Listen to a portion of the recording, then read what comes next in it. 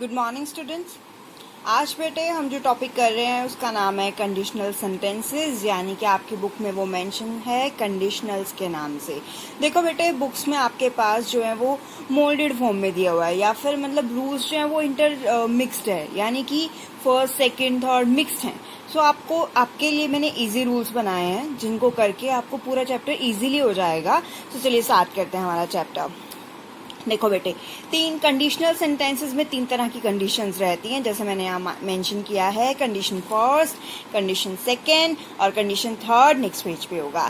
First condition देखते हैं बेटे, सबसे पहले क्या होता है। देखो बेटे, कंडीशनल सेंटेंसेस आपको ऐसे सेंटेंसेस होते हैं जो आपके पास दो सेंटेंसेस का कॉम्बिनेशन होता है, यानी कि आपके पास एक ही सेंटेंस में दो सेंटेंसेस होते हैं। जैसे कि ये एक सेंटेंस यहाँ पे फिनिश है, एक सेंटेंस यहाँ पे, मतलब कि दोनों का कॉम्बिनेशन। अब आपके पास कंडीशनल सेंटेंसेस में आपको बेटे इफ जरूर मिलेगा।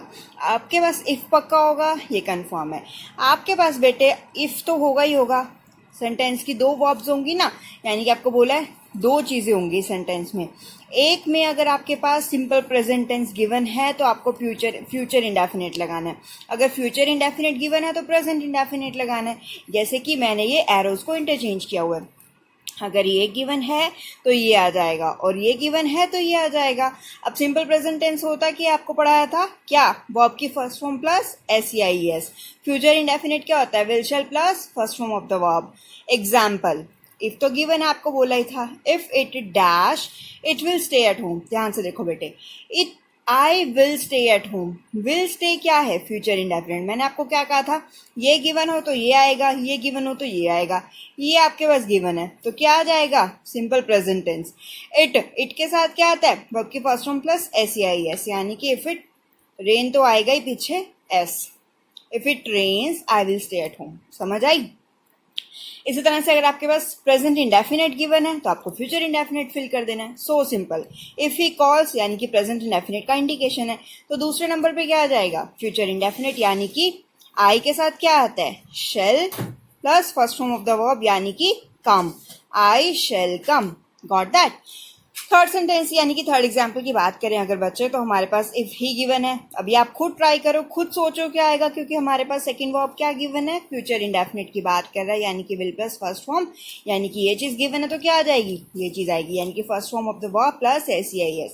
ही के साथ क्या आता है, फर्स्ट फॉर्म प्लस SEIS, यानी कि if he gets the job he will give us a threat. ठीक है, अब ये चीज क्या है बेटे, कंडीशन फर्स्ट है हमारे पास। समझ आई। बहुत इजी है, आपको बार बार बोल रही हूँ कि सेंटेंस में आपको इफ मिलेगा। ये कंडीशनल सेंटेंस का रूल है, क्योंकि कंडीशन का मतलब क्या है, कंडीशन है एक, मतलब अगर वाली सेंस है। तो अगर है, अगर का मतलब इफ यहाँ पे है। सो दो चीजों में हमारे पास ये है, फॉर्म में है।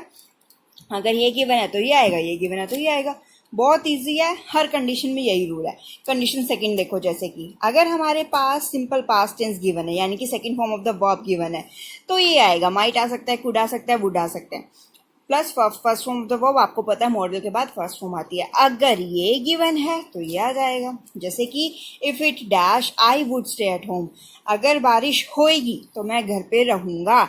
अब यहाँ पे would plus first form given है, मतलब ये चीज आ गई, तो क्या आ जाएगा, क्या बच गया, ये बच गया, यानी कि second form of the verb, यानी कि if it rained. Got that. Second sentence की बात करें, इफ ही वर्कड हार्ड, यानी कि हमारे पास second form of the verb given है, और हमारे पास अब क्या आ जाएगा, ये गिवन है तो ये आएगा, यानी कि इफ ही वर्कड हार्ड, अगर वो मेहनत करता, आई वुड हेल्प हर, मैं उसकी मदद करता।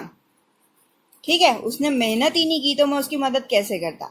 समझ आई। ये गिवन है बेटे तो ये आएगा, और ये गिवन है हमारे पास, जैसे सेकंड फॉर्म गिवन है तो हमने ये लगा दिया। नेक्स्ट एग्जाम्पल देखो बेटे, इफ शी डैश मी। अभी आप बताओ क्या, क्यों, क्योंकि यहाँ पे वुड प्लस फर्स्ट फॉर्म है, यानी कि उसने इस कंडीशन की बात की है। अब ये गिवन है तो क्या आ जाएगा, so easy, second form of the verb, यानी कि if she requested. Got that बेटे। फोर्थ एग्जाम्पल की बात करें अगर, तो फोर्थ एग्जाम्पल क्या है, इफ दे हेल्प मी, यानी कि second form of the verb given है, अगर वो मेरी मदद करता तो यहाँ पे क्या आएगा। अब यहाँ पे क्या है, पास आपके पास वर्ब है, अगर वो मेरी मदद करता तो आई वुड पास, मैं पास हो जाता। अब कहने को यहाँ पे माइट भी हो सकता है कि आई माइट पास में पास हो सकता था, लेकिन जो कंडीशन का मेन रूल है ना बेटे वो वुड पे ही जाता है। अगर आप वुड लगाओगे तो आपका सेंटेंस कभी भी गलत नहीं होगा। सो इन केस आप कुड माइट भूल रहे हो तो आप ये याद रखो कि आपने फर्स्ट कंडीशन में क्या लिया था, present indefinite, future indefinite. Second condition में आपने उसका पास्ट ले लिया था यानी कि सेकंड फॉर्म, तो उसका भी पास्ट ले लो, विल का सेकंड फॉर्म वुड। समझ आई? चलिए लास्ट कंडीशन पे आता है बेटे, condition number third. So simple, आपकी बाकी कंडीशंस की तरह इफ आपके पास गिवन होगा, आपके पास सेंटेंस के पहली वर्ब में क्या गिवन होगा, पास्ट परफेक्ट। पास्ट परफेक्ट क्या होता है, had plus third form of the verb.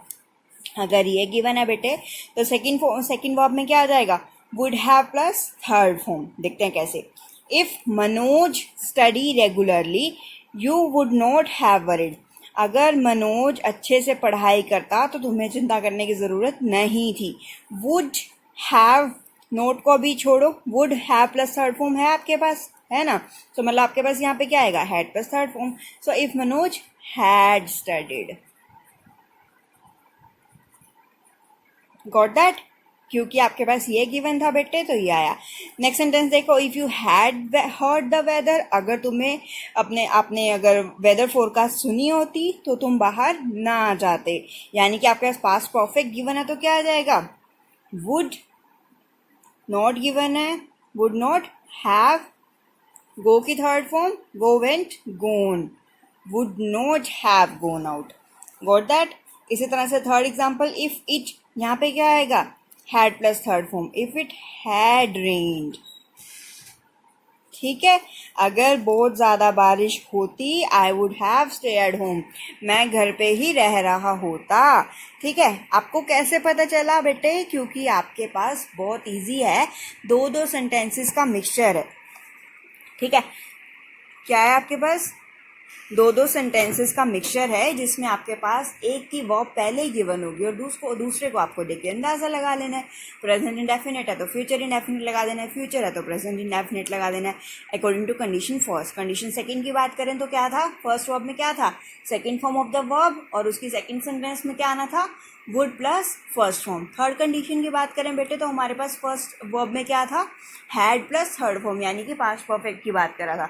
और वहीं अगर थर्ड कंडीशन में सेकंड सेंटेंस की बात करें तो वहाँ क्या आता है, would have plus third form.